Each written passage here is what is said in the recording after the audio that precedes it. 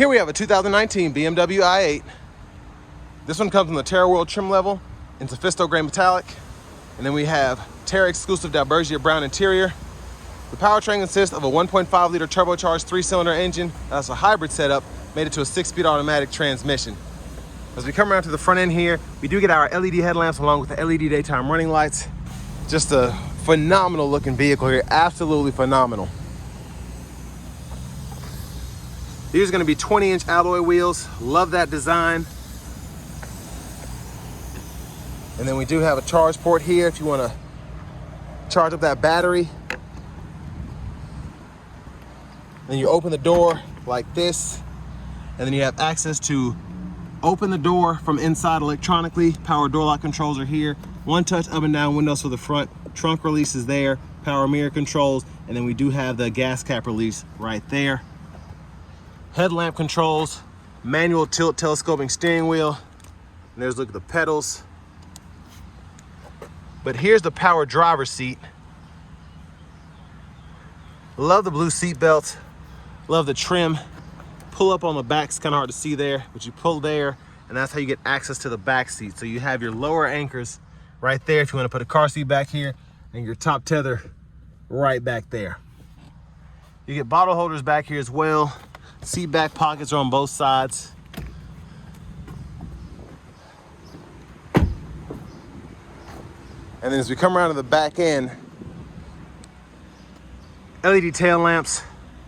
I love the diffuser here, but this is just a bad ride, man. Absolutely love this car. Now, once you pop that release, just pull up on the glass here, and this gets you access to the trunk area. Chargers back here if you want to hook that up. Pretty good storage space overall, though. And then your fuel tank right here. And you want to put premium in there, definitely. Now here's a look. Front passenger seat is power as well. Seat back and seat bottom. There's a look at the back seat there from this side. Seat back, or not a seat back, but a side pocket there for storage. Lockable glove compartment here, and you have the owner's manuals as well.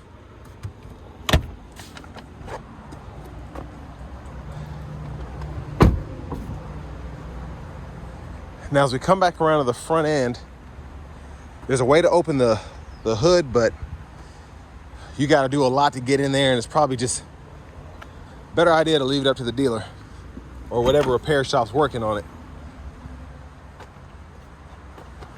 But let's check out the blinkers. And you do get them in the side mirrors.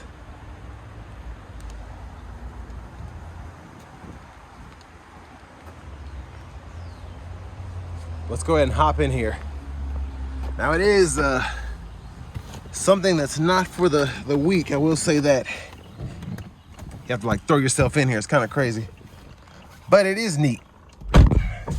Now here we have the leather wrap steering wheel. There's a startup sound, which is pretty neat. There's the horn. Now I'm gonna come over here to the infotainment system.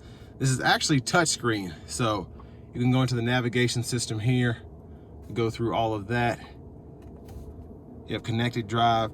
Now for your media, you get FM, XM, Bluetooth, and then you do have that wired CarPlay ability, and then just the USB cord as well. And then here in the My Vehicle setup, there's so many settings you can fool with here. So the auto e-drive, the speed warning, all of that there. Configure Eco Pro. And then in the iDrive settings, you can change your language here. I mean, there's so much to really fool with. And then you can change your units down here, the date and time. Just change all this individually. And then the tone here, if you want to change your bass, treble, and all of that. So a ton of different things to fool with. Tire pressure monitors, oil life. It's crazy. Now you do get a backup camera. Now the trunk, the glass latch, for whatever reason, is kind of being wonky. I don't know if I did something to it, but I'm gonna figure that out. You do get a backup camera and a front camera here, and your sensors, you can see that there. So down here, you have the hazards, and then your safety system. You can set that up 3 different ways. Volume knob is here. Click there to mute. Change your bands for the radio, presets and all of that there. And then down here, you do get dual zone automatic climate controls, and then you have 3-stage heated seats as well. Cut the whole system off there. Electronic parking brake, pull up to engage, hit the brake, press down to disengage.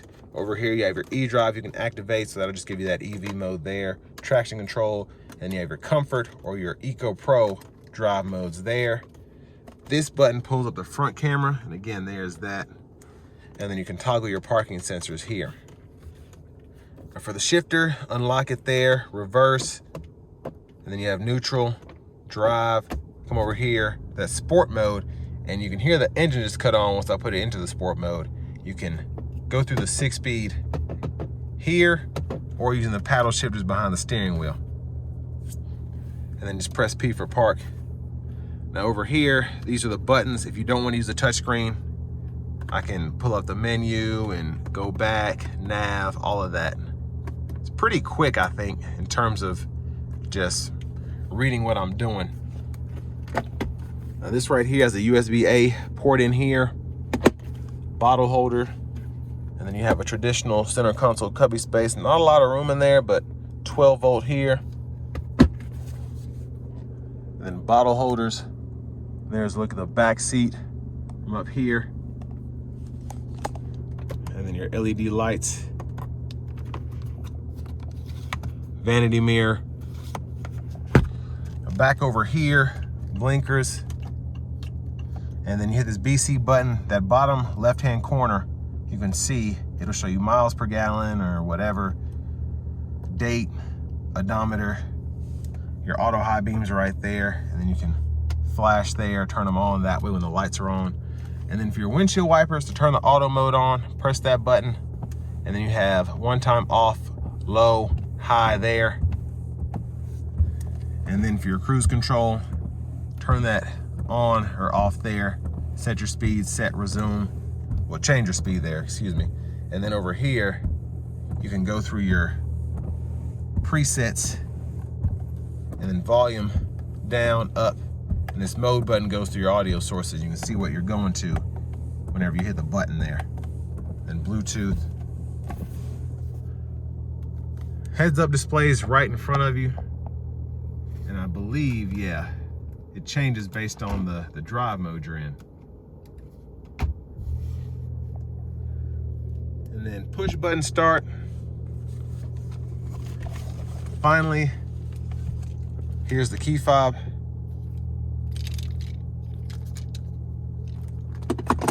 But next, let's go ahead and take this 2019 BMW i8 TeraWorld out on the road for a test drive.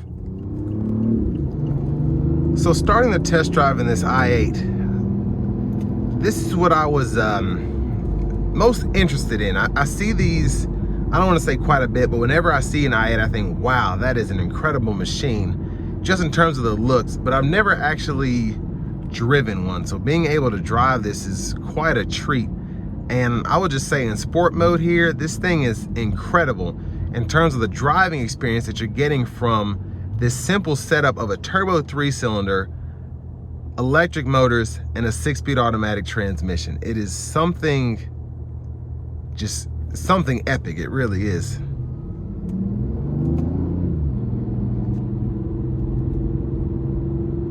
And the comfort mode is still relatively peppy, but the sounds you get here, and it's a truly incredible experience.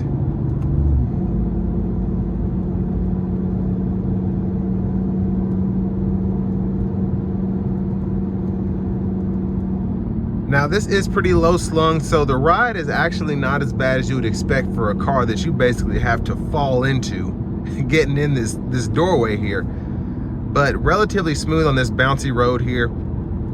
I know when I take the Lamborghinis through here, even though it looks smooth, every bump you hit, it's kind of riding it. And this is kind of, it's pretty smooth again for it to be this low to the ground.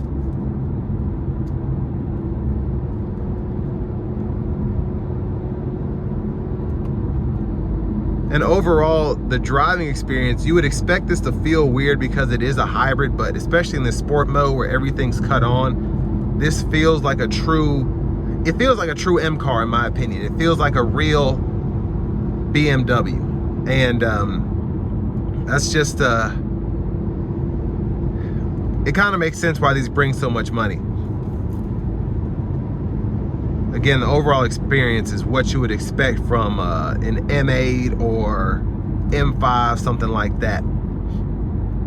But I think just rides a bit better, feels a bit more futuristic as well. And BMW is usually on top of just having a more futuristic interior feel anyway, but this just takes it to another level. Even though this is a 19, you have buttons down here and all that, it still feels futuristic.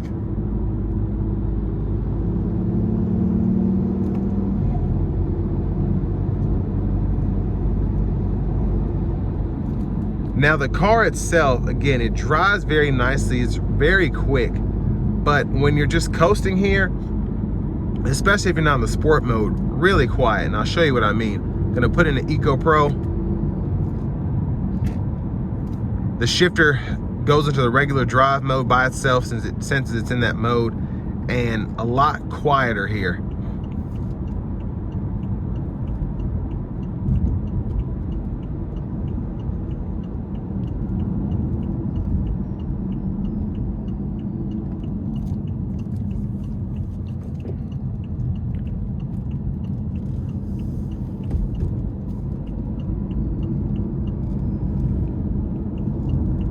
And the regen really does kind of push, well, even in sport mode, because it's recharging the battery as well, you're able to get that range relatively quickly.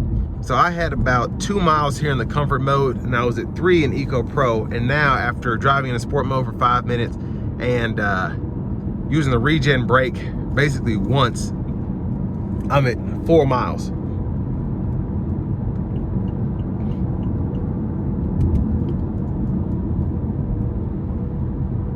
And again, it's just quiet in this car, very quiet when you're not in that sport mode. And I'm pretty sure that that's not all the engine exhaust you're getting. You're getting those digital sounds, but it's just a good setup here in terms of the sounds you get in the sport mode.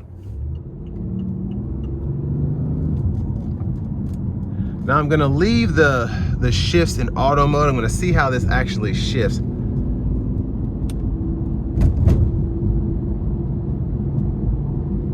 And we'll give it a pull coming out of this corner.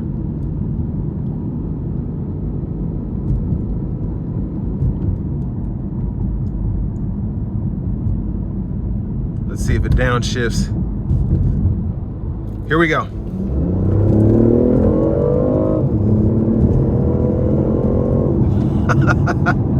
Yeah, that acceleration is incredible. For this kind of powertrain, it's absolutely phenomenal. Just crazy. But I want to give one more huge thanks to Auto Collection of Murfreesboro and AutoPro Nashville for allowing me to review this car today.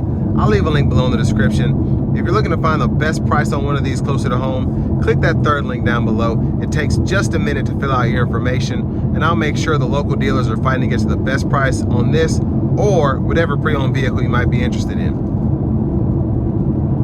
Now, road noise on these 20s, with just how this car is set up, it's relatively loud because this road is so beat up. When you're not riding on rougher pavement like this, and you'll kind of see as we change the overall feels, it's not bad at all. But when you are on rough pavement, you can hear it.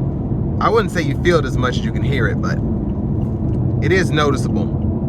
Now, I wouldn't let it deter me from having this car. I mean, you get a Harman Kardon sound system. You can put it in sport mode, and that sound will take away a lot of the sound you get from the tires, but for the most part, it doesn't bother me at all.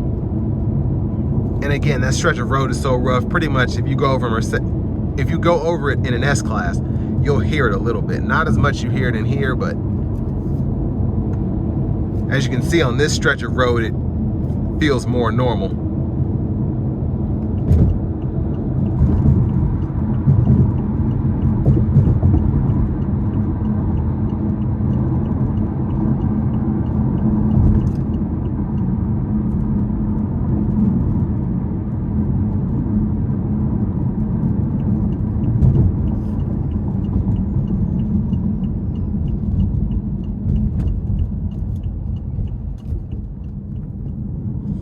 Yeah, it's just so cool that you have a car that has these sounds, especially in sport mode, that just feels aggressive, feels like a true M car again. But then in comfort mode and Eco Pro mode, this just it drives like a hybrid. It really does.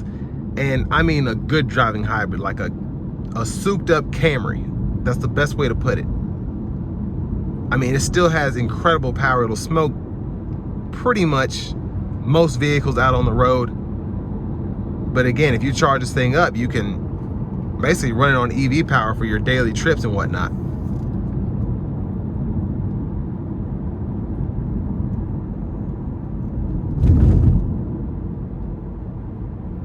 In terms of what you get for the money though, I mean, with this being $72,000, less than 35,000 miles on it, pristine condition, highly recommend this car if you're in the market for something like this. I wish I could afford this. It's just a fun car, and if it's just you and maybe one other person, you're using this to go back and forth to work, or you're a bachelor, whatever, you'll be very pleased with this car. It's very fun. It gets head turns everywhere it goes. It's fast, and it's just again, if you're not needing that power, it's very easy to drive this as an EV going around town. You just plug it into the wall, let it charge overnight, you're good to go. But it's such a neat car on the inside, on the outside. I'd say relatively reliable too. I see a lot of these getting 90, 100,000 miles. When I'm, I just like to look at cars in my free time, so I like to see what these go for. And 40,000 for 100,000 mile, 120,000 mile i8 that's still running and driving. This one is a newer model because most of those are 2015s. This one's a 19 TeraWorld trim. This is the way to go, I think. I think this is a good price. The mileage is great. And again, it still has a ton of life left in it. And it's relatively practical as well. Whether you use it as pure EV, a hybrid, a sports car, all three, doesn't matter. Phenomenal car. And this will bring me to the end of my review of this 2019 BMW i8.